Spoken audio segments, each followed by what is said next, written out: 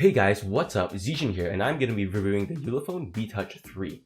It's got an octa-core MediaTek processor, 3 gigs of RAM, and a fingerprint sensor as well. That's some pretty impressive specs. Does that mean that you should automatically buy this phone? Well, keep on watching to find out. So the phone is a combo of glass on the front, and then you got plastic on the back and metal bezels all around. The phone looks pretty good. The 2.5D curved glass looks great, the metal bezels make it feel really premium, and the plastic is pretty grippy. It's pretty big for a 5.5-inch phone, the exact same size as the iPhone 6 Plus. It's about average wide, but it's really tall because of the top and bottom bezels. Especially the bottom, which has the home button / fingerprint sensor and capacitive buttons as well, and a black bar at the bottom that's not the screen. On the back you get a pretty clean aesthetic, camera, flash, and Ulefone logo. Taking off the back cover, you find the dual SIMs and microSD card slot. Build quality is pretty great, and the combo of materials are all good choices. The only downside is that it's pretty big for a 5.5-inch phone. What we've got here is a 1080p 5.5-inch LTPS panel, really similar to the OnePlus One and the OnePlus 2's panel. Color reproduction, saturation, and temperature are all great, definitely one of the better displays out there.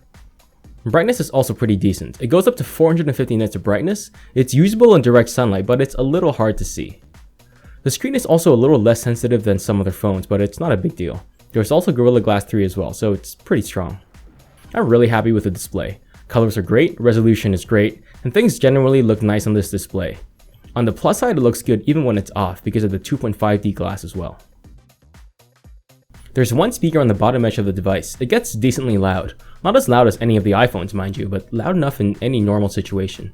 Quality is pretty decent. Even at max volume, it's not amazing, but definitely good enough. You can turn on the audio enhancer to get the volume even higher, but you do get some distortion.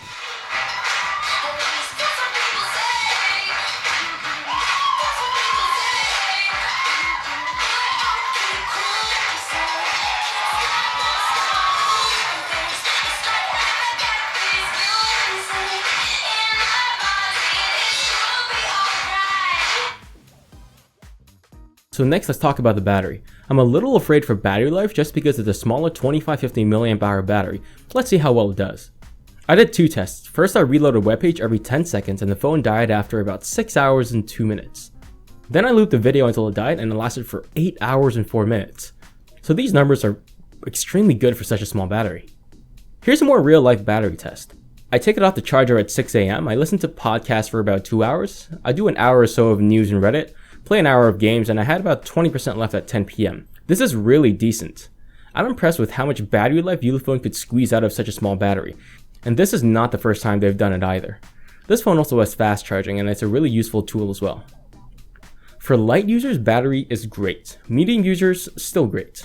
You definitely won't have to plug it in before the end of the day. Heavy users like me though, you will need to plug in earlier in the evening. We have Android 5.1 installed here, and it's pretty decent. You also get the really cool Flappy Birds game when you hold down on the lollipop logo. There's no bloatware on this phone, and general use is pretty smooth and snappy. The software in general is pretty well optimized, and apps launch quite fast as well. There isn't a notification light on this phone. Let's talk about the fingerprint sensor. Ulefone has been marketing it hard as extremely upgraded and amazing, and well, some of that is true. It's really fast, almost as fast as the iPhone 6s. Accuracy though is the issue. It's not that it isn't accurate, it's just really inconsistent. There will be times when it's way more accurate than the iPhone 6, and other times when I scan my fingers 4 times and it rejects it completely. Accuracy is just way too inconsistent.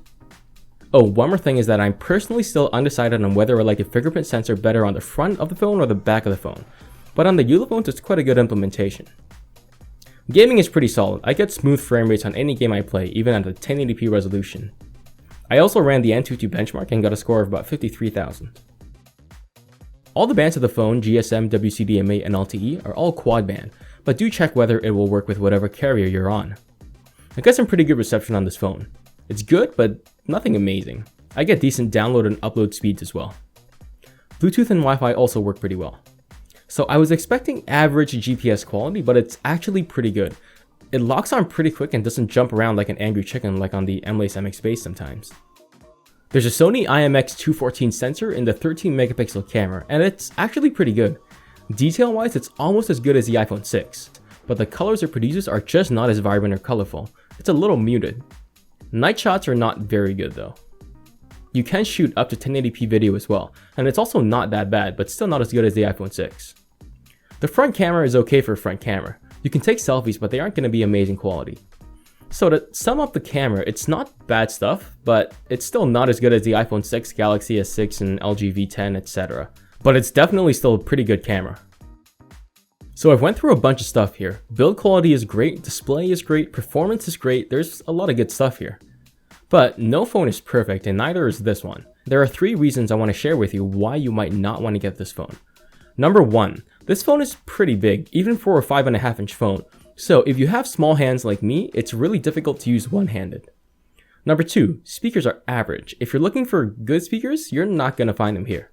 Number 3, you want a good fingerprint sensor. So like I said before, the fingerprint sensor is fast, but the accuracy is just way too inconsistent. Ulefone has a pretty good phone here in the Ulefone Be Touch 3. There's always room to improve, but considering the price tag of this phone, what they have here is value for money. So that's about all I have for you today. Be sure to share, like, subscribe, all that social media jazz, and I'll talk to you in the next video.